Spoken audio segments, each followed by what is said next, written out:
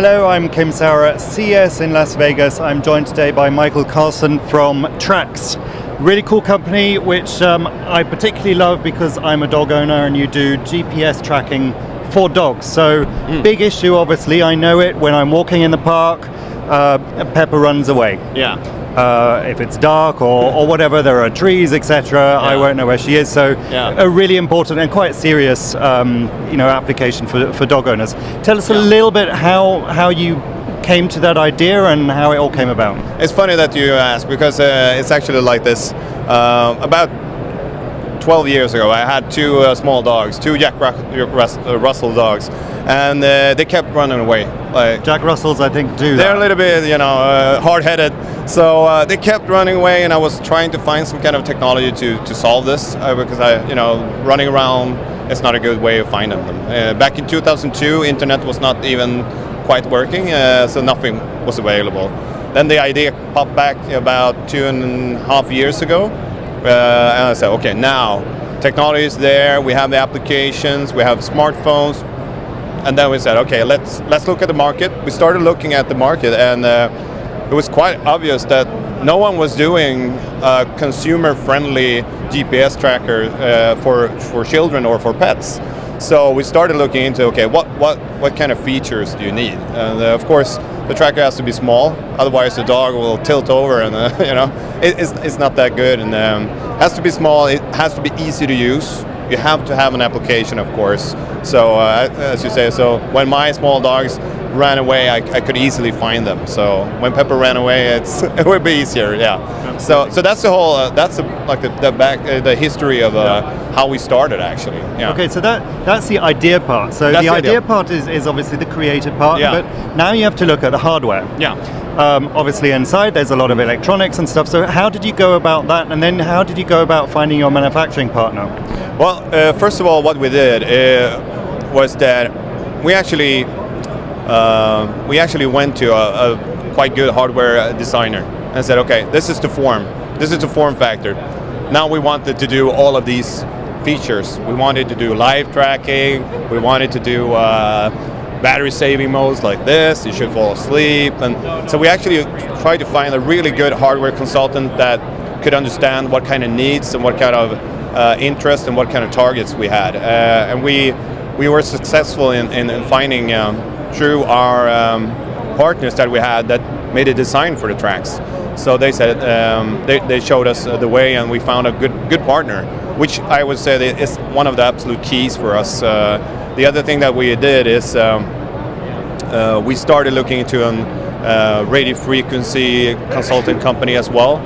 One of the trickiest part of doing this is getting the GPS and GSM antennas to function as they should.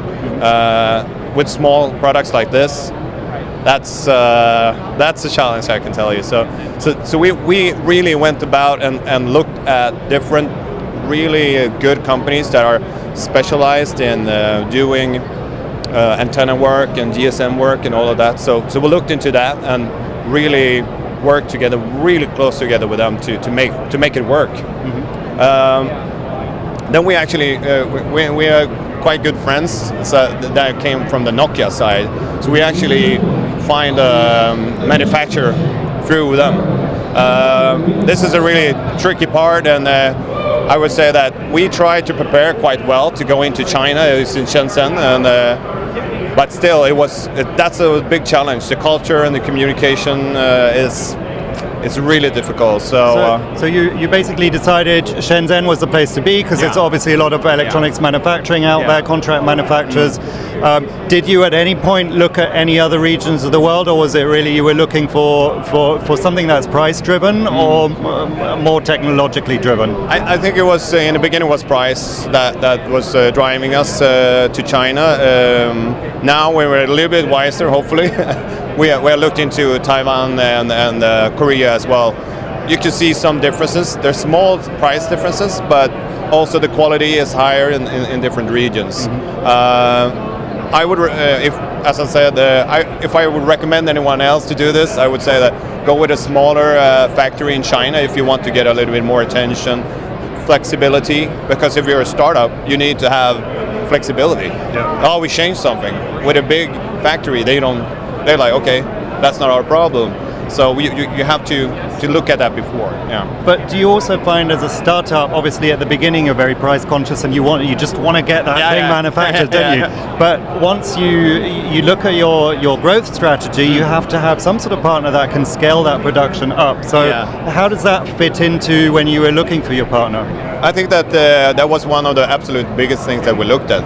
We have a big partner in China, so we said, okay, we want to manufacture somewhere between 200,000 to up to 1 million per year, and that was our scale that we looked into that kind of number. So that was, I think that the price and the scalability was really important. So yeah. How about geography? Because you have a product that essentially you're able to sell throughout the world. Yeah. So if you're manufacturing in one location, I'm assuming you're shipping from that location out into the market. Yeah. Do you envisage maybe a scenario where there are, I don't know, key markets in the world where you might have to change that manufacturing strategy and locate some of the manufacturing in those regions of the world to maybe reduce time to market? There could be a possibility for that. That's not only just about actually the time. It's also different markets have different tax and things like that. We look at India, which is a really interesting market for us. I think that we will be forced to go in and manufacture in India because you have a extra 30% tax on everything that you bring into India, so that the price points will be gone before your business case is dead before you even started. So I absolutely, I think that we have to go into different regions and maybe produce in different local regions as well to be able to be okay with the prices and things like this. But certainly for the moment, your setup is obviously your key driver of your growth. Absolutely. So how's CES been for you? It's the first day. Have you had a lot of interest from people, and what are your goals for the show? We had a really great start. We had AT&T was here, and we had a lot of big customers passing by. This is our second year for us, so that helps a lot. We have great expectations. We have a lot of meetings booked, so I think we're going to be a good show, and it's always good to be here. Excellent. Well, continued success for the show and continued success with the product. Yeah. And thanks to you, I'll know where Pepper is all the time. Yeah. Thank you very much. Thank you very much.